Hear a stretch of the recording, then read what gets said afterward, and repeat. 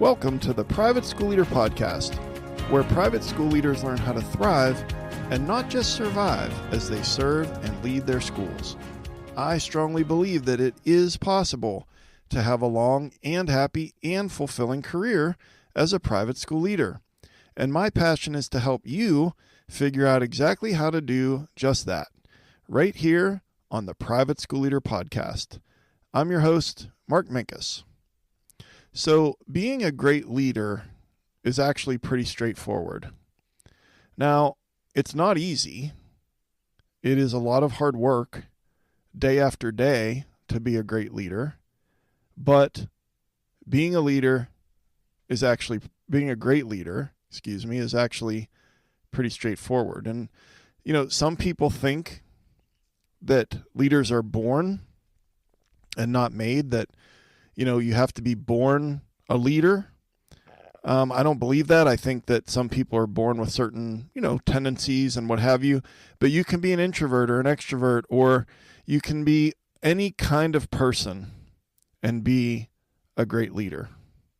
And some people think that it's some big secret. Well, I don't think it's a secret, but I'll play along.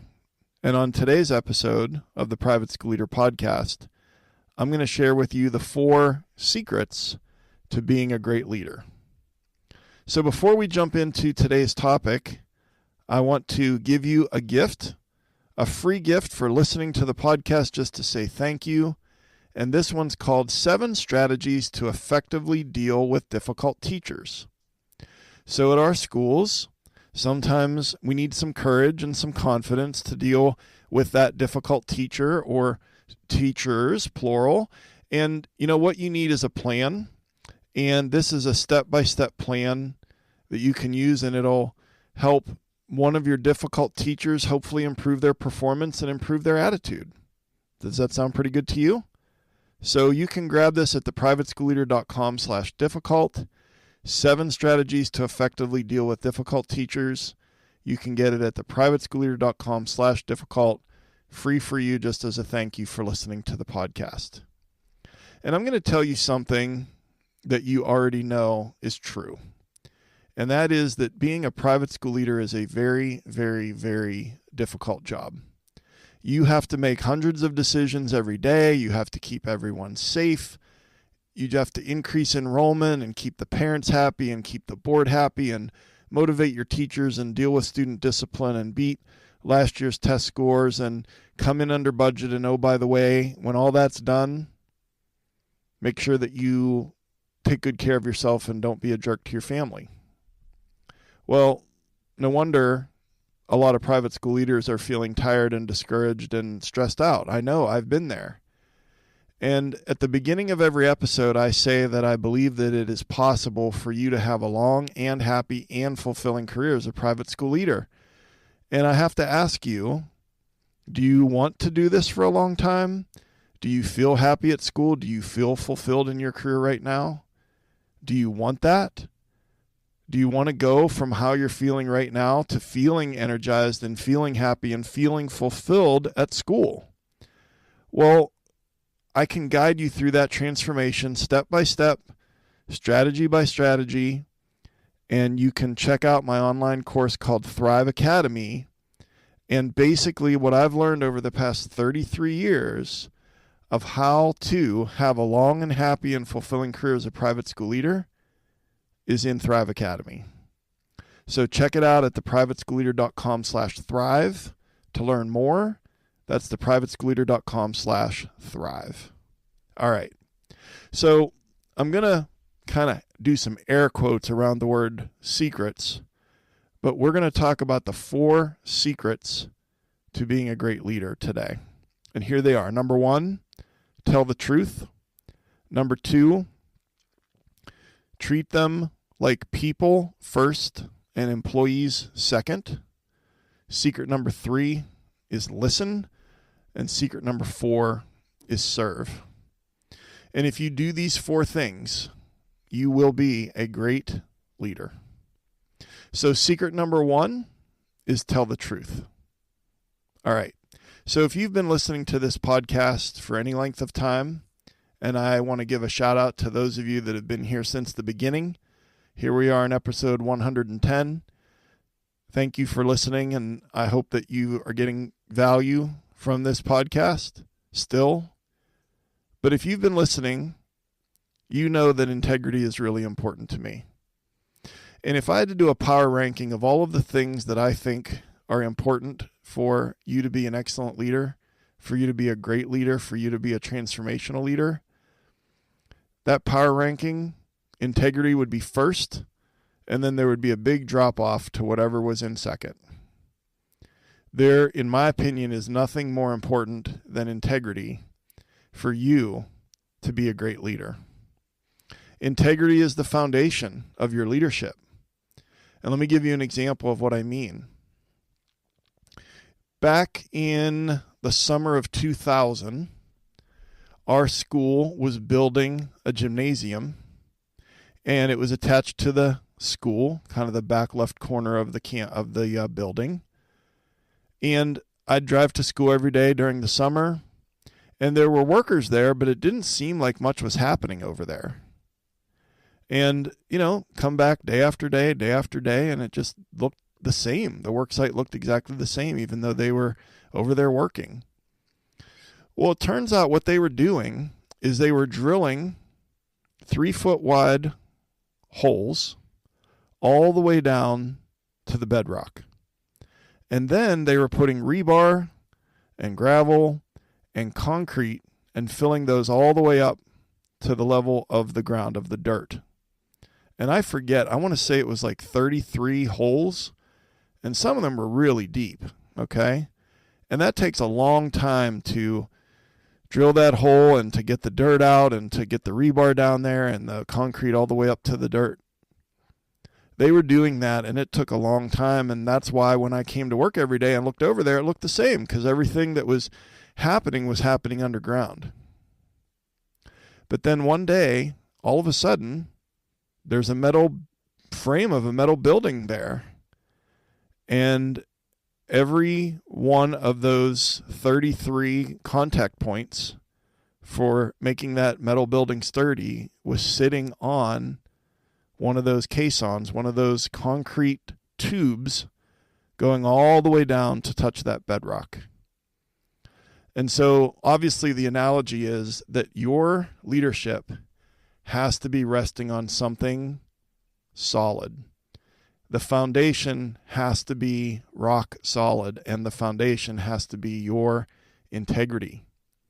And there's many ways to display integrity, to be dependable, to be trustworthy, to make ethical decisions. But I think that the most important way to show that you have integrity is to tell the truth.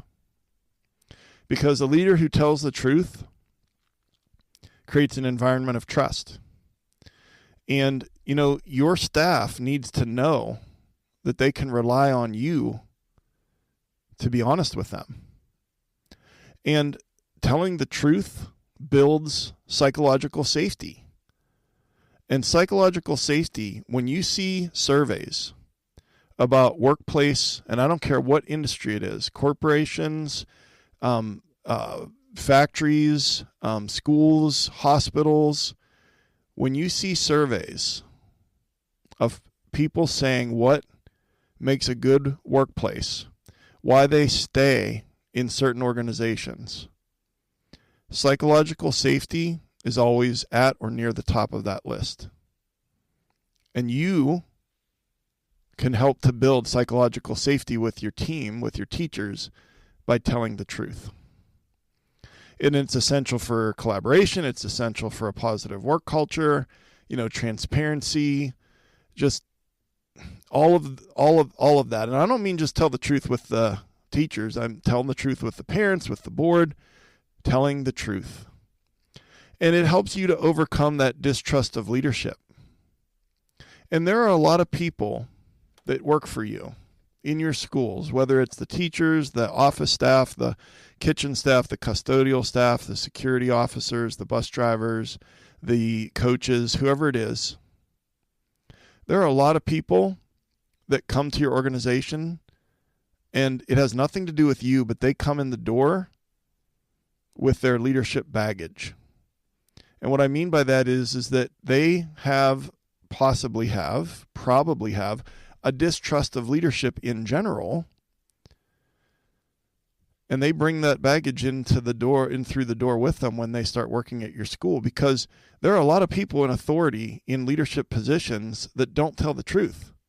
So let's just think about politicians. Doesn't matter what side of the aisle, there are many times where the truth is not always told. And then another quick example is, the leader of a college football team, that college football coach that's being pursued by his alma mater to go coach there. And he's like, well, I'm the coach here, and I'm going to be here, and I'm focused on this, and blah, blah, blah, blah, blah. And then the next day he's at a press conference at that college saying, with the new colors and the new gear, and, he's being introduced as the coach. And so people in authority in our lives, I'm not saying they always lie to us, but we tend to have a negativity bias, and we remember negative things easier than we do positive things. And so I'm just saying that we have to overcome the distrust of leadership in general, and sometimes the distrust of leadership in particular in your school, or maybe because of your predecessor, whatever the case might be. Integrity by telling the truth. And sometimes it's hard. And it's hard when you feel like, well, if I tell the truth here, I might look bad. Or when you feel like you are testing positive for imposter syndrome. You don't want to tell the truth in that situation, because it's going to sell you out that you are going to look like you don't know what you're doing. Or maybe it's just a fear of conflict. I've gone to a meeting before where it's teachers in that meeting, and I know that I have to talk to them about something, and I'm going to get pushback, and there's going to be people that disagree with me. And if I'm in fear of that conflict, then I'm going to be evasive. I'm not going to tell the whole truth. It's going to be something less than telling the truth. And I'll tell you what, when it gets the thing when I think it's the hardest to tell the truth is when you're under a tremendous amount of stress. And as private school leaders, we have all kinds of stress. Stress from home, stress from the board, stress from the admissions office, stress from the finance office, stress from the parents, stress from the teachers, stress from students who have needs that are going unmet, or maybe they're misbehaving and need consequences. And you're under all that stress, and then you're going to tell the truth? And the answer is yes, because that is one of the ingredients of outstanding leadership, is to tell the truth. You want to build trust. You want to build confidence in you. You want to build a great team. You want to build a great culture. Do you want to improve staff morale? Do you want to increase psychological safety? Do you want that kind of a school? Do you want that kind of a team? Do you want that kind of a culture? You need to tell the truth. All right, secret number 2 is to treat them like people first and employees second. So, in private schools, sometimes our leadership, that it's a lot about managing tasks and master schedules and events and student safety and labor laws and payroll and handbooks and policies and facilities and transportation and things like that. It sometimes it's a lot more than that than it is about the relationships. But really at its core, what we do and what matters the most is all about relationships. And the most powerful way to build strong, trusting, authentic relationships is by treating our teachers and our team as people first and as employees second. So let me explain what I mean. First of all, I want to tell you why it's so important. When you treat your teachers, your teams, like people, it shows that you authentically care about them. Authentically care. People get really good at sniffing out a fake. Our BS meters are finely tuned mechanisms. People know if you're full of it. If you honestly care about them more as a person than as an employee, it's going to show, and they're going to know it. And if it's not true, they're going to know that too. So, treating them like people first and employees second, it builds trust, it builds loyalty, it displays servant leadership, it improves your culture, it improves retention, it improves collaboration, it reduces burnout. There's a laundry list of good reasons, good outcomes from treating them like people. So how do you do that? Well, let me give you a few suggestions. First of all is to acknowledge that they have personal lives. These are human beings that are in different seasons of their lives. You might have a teacher in this room who has a little baby at home or a little baby in daycare for the first time.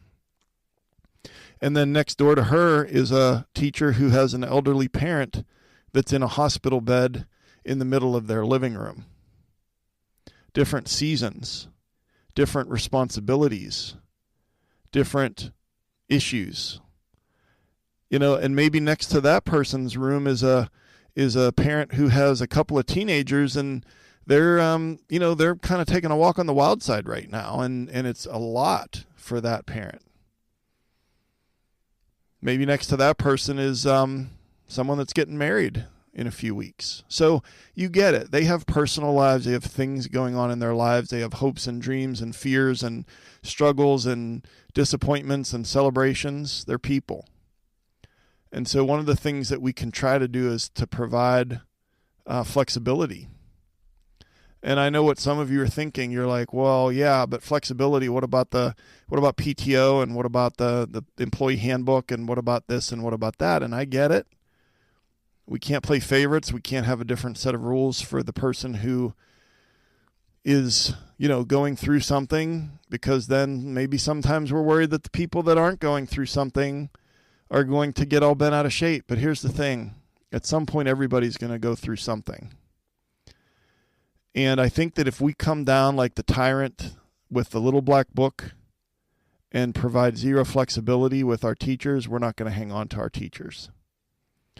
So we have to use common sense. We have to be reasonable. We have to stay within the guidelines of the employee handbook, but we can show some grace and show some flexibility here and there. They need to leave a little bit early. Fine. Are they leaving early every single day for 4 weeks in a row? Not fine. But we need to be open to the flexibility, especially when it's situational stuff that they're going through, okay? Another thing we can do to treat them like people first and employees second is to ask, listen, and remember.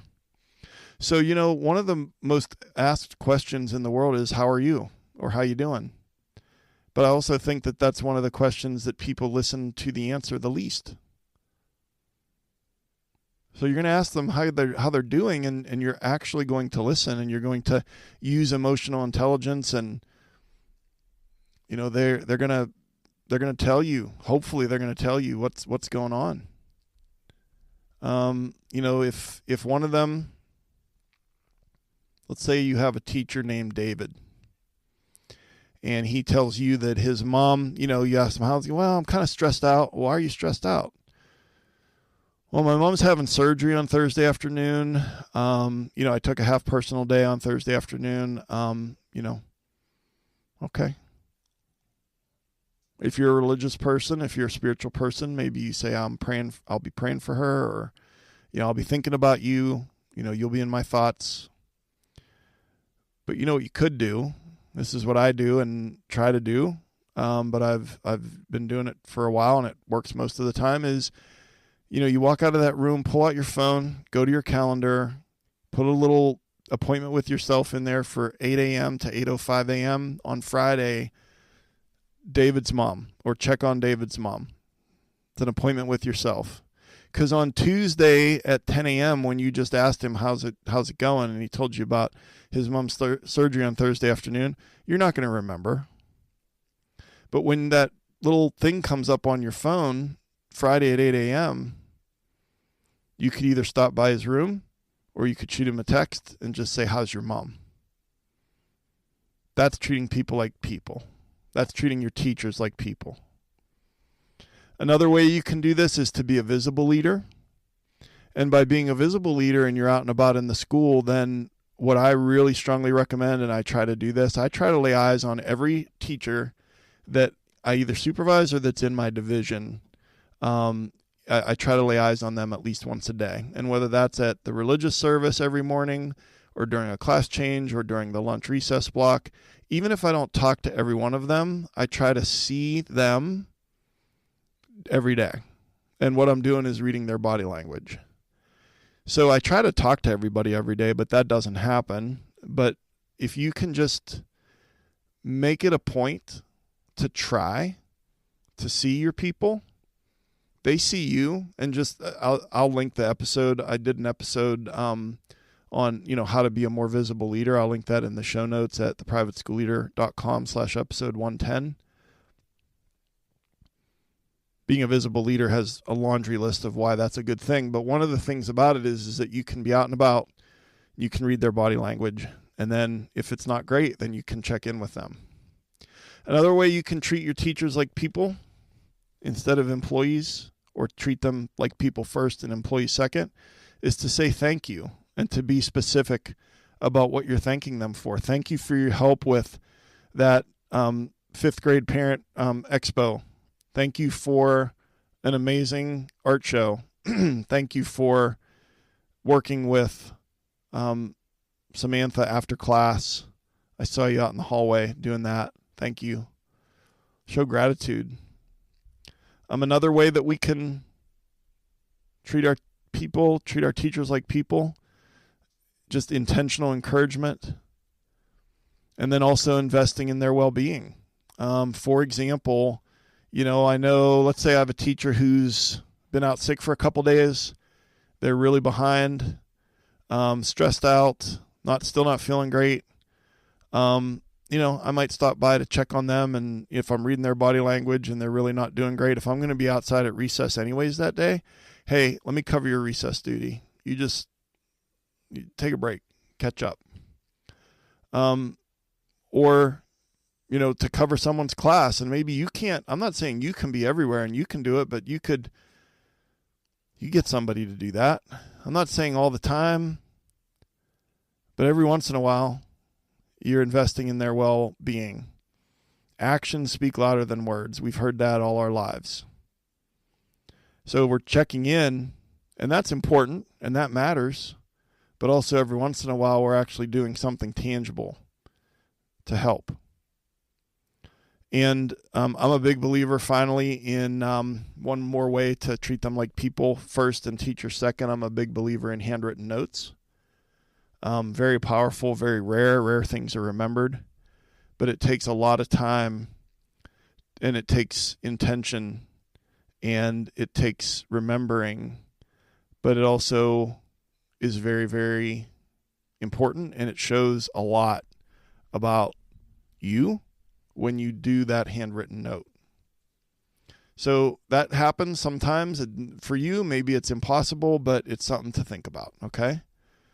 So, and then lastly on this one, we want to treat them like people first and teachers second, even when it's hard. And when it's hardest, it's most difficult is when we're really busy and we're really stressed out. When we think, well, that's their job. They just need to do their job. We get into that mindset.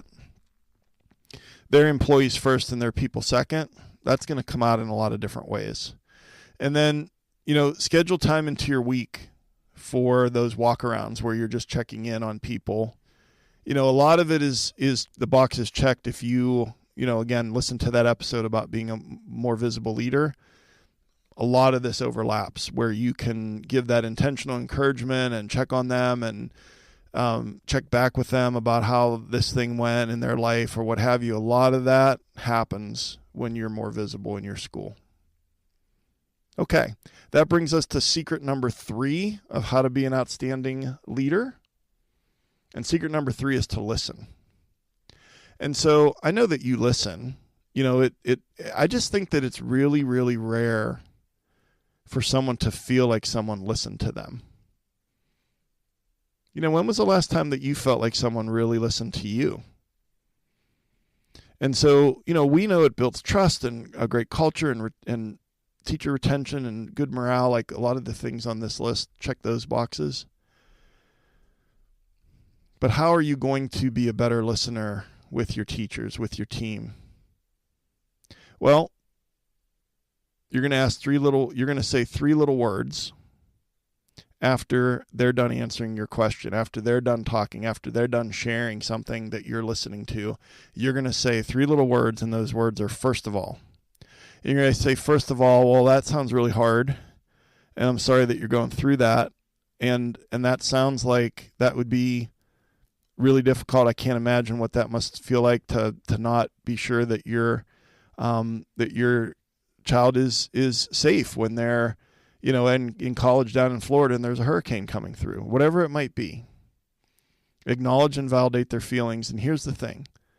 Up until about a year and a half ago, I would just plow into unleashing the advice monster or solving the problem right away. And I was listening with the intent to respond, which is not really listening. And so if we listen and then we train ourselves to say, first of all, we're going to listen in a different way because we are going to have to acknowledge and validate their feelings by saying, first of all, we're going to listen differently so that we know what to say. And it's changed the way that I listen. And I thought I was a pretty good listener before I started doing that. But like I said, the advice monster or the problem solving would come out. And I did an episode on that, 3 little words that will change the way that you lead. And I'll link that in the show notes for you as well. Listening sometimes is met with initial resistance from the teacher. They give 1-word answers. Well, then just ask open-ended questions. Instead of saying, 3 weeks into the school year, well, do you like the new schedule? Which begs an answer that's a yes or no answer. You could say, well, how has the new schedule impacted your teaching? That's just one example. You know how to ask open-ended questions. We need to get better at tuning out distractions. A way to become a better listener is to get better at tuning out distractions. There's a lot of distractions. We're talking to teachers in the hallway, class change, recess, lunchroom. It's something we can get better at is tuning out the distractions, listening intently, saying first of all, responding, making sure that they feel heard, actually listening. And we can also be more intentional about picking locations. We don't always have to talk to them during the class change or recess or the lunchroom. If we pop into their room during a prep or, talk to them in the copy machine room, what have you. And again, a lot of those are impromptu, but some of those can be intentional, especially when you're checking back with someone about something. You can look at their schedule and see when they're probably either in the copy room or in their classroom. And then the last thing I'll say on listening is to just be sure that you follow through on what you hear. If you listen intently with empathy and you really care about what they have to say, but then and you say, well, you know what, I'm going to do this or that, and then there's no follow through, then that's all going to fall apart. They're not going to feel like they were heard. And so we need to listen even when it's hard. And when it's hard is when we're busy, we're stressed out, it's noisy. We think, well, they'll be fine. They're tough. They're resilient. Well, we're busy and stressed and noisy all the time. It's noisy all the time in our schools. So it's always going to be hard to be a good listener in our schools. But it is something that if we lean into it and we really, really work hard at being a better listener, that it will improve our leadership. And then that brings us to secret number 4 on how to be an outstanding leader. And secret number 4 is to serve. At the end of every episode, I say serve first, lead second, and make a difference. So what actually is servant leadership? Well, Servant leadership is the opposite of positional leadership. Positional leadership is about the title. It's about status and authority and because I said so, and it's top down and it's command and control, and people don't like to be led that way. That is the way that people were led for many, many years. And, it was basically modeled after the military style of rank and file. And people don't want to be led that way, especially not professionals that are educators that are doing the important work of educating children and changing lives. They want to be led by servant leaders.